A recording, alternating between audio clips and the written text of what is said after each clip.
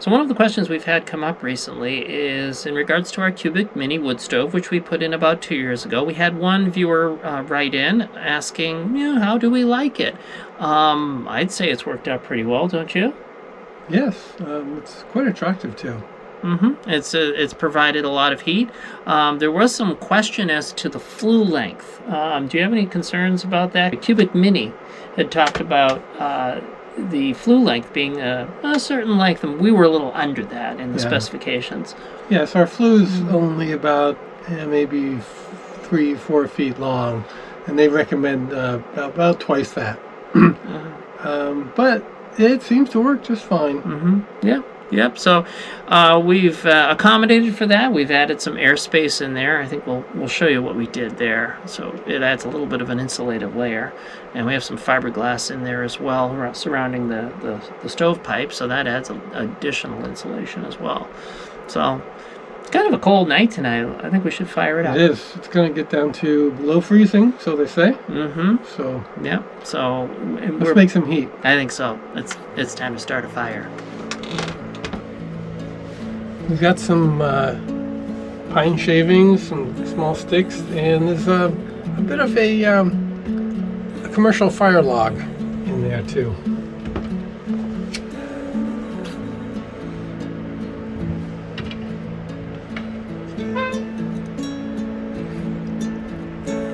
It's amazing how easily that lights up.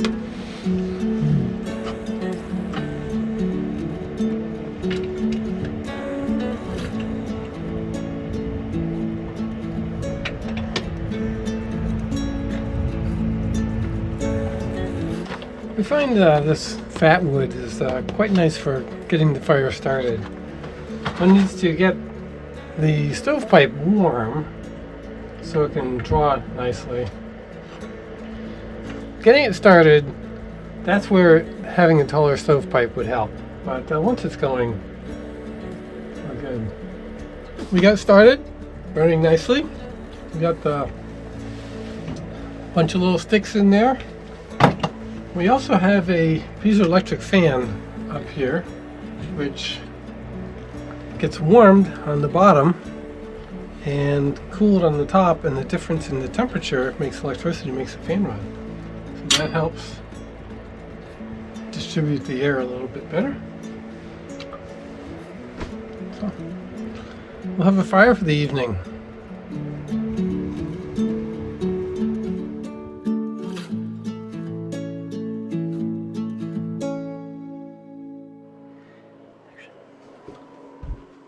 Welcome to my little sewing station. I've turned the V-berth into sewing central.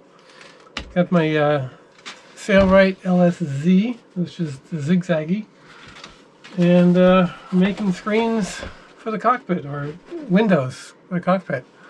I've also got enough material to make screens and to make shades. So this will keep me busy for quite a while.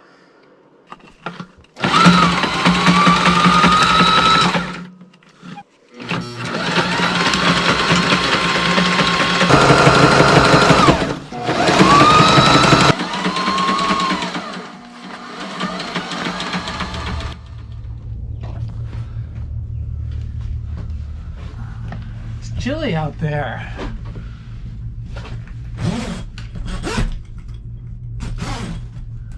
Now we have this nice new cockpit surround.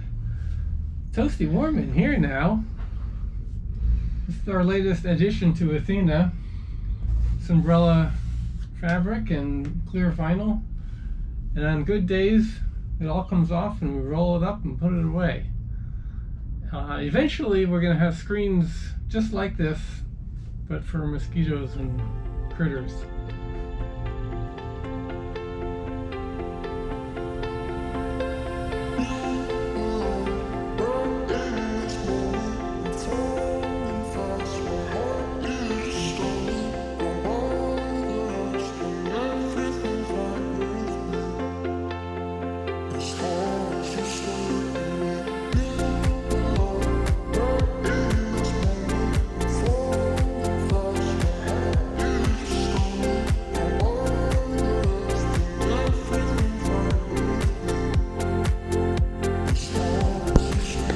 Down in the engine room, one of the other problems we've had is our shower sump.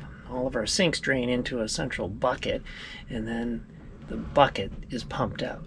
So there's only one through hull for all sources of water coming in from the sinks and showers. But sometimes the sump has not worked well, and the pump floats tend to get gunked up, and every sensor we've had has failed. Well, here we are. We've just about finished with our sump bucket project. We have a couple more pieces to install, but I'll show you what we have so far. As you know, the continuing saga of dirty sump buckets messing up all the sensors inside the bucket because of ooky-gooky water. Well, with this contactless sensor that I've built, we can actually sense the water without having to be in it. So this little white sensor here can detect water through the glass or plastic or whatever.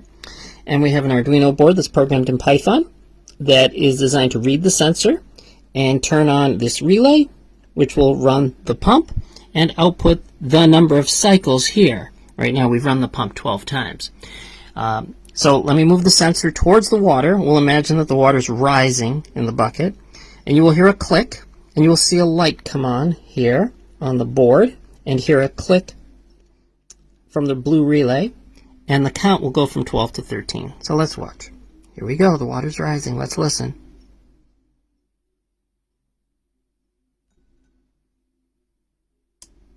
Oh, it's on.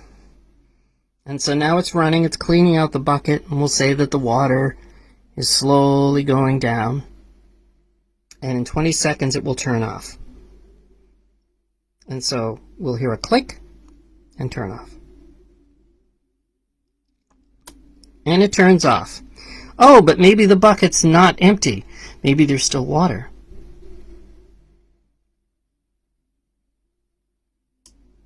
And it comes back on again and cycles to 14. And the water drops again. And after 20 seconds of pumping, which I've just arbitrarily set, for the moment it will turn back off. We'll see this little green light turn off here. There it goes. And that is the pumperator. So these little sensors are about $10, and they connect in very well into the Arduino. When water rises to the level of the sensor is activated.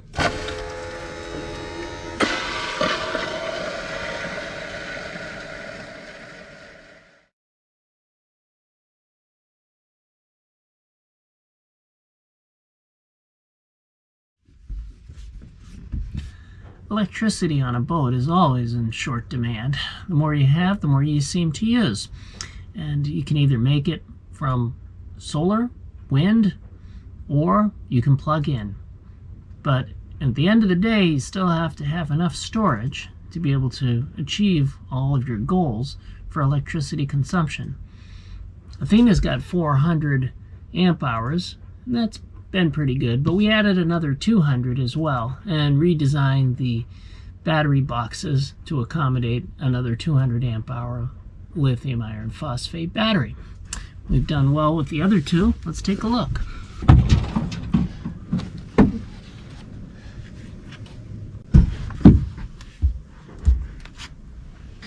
Our original two batteries are located here, and our new battery in here. We've attached each battery to a common bus bar located right here. Each one is fused. That all provides power to the secondary bus bar, and from there to the house.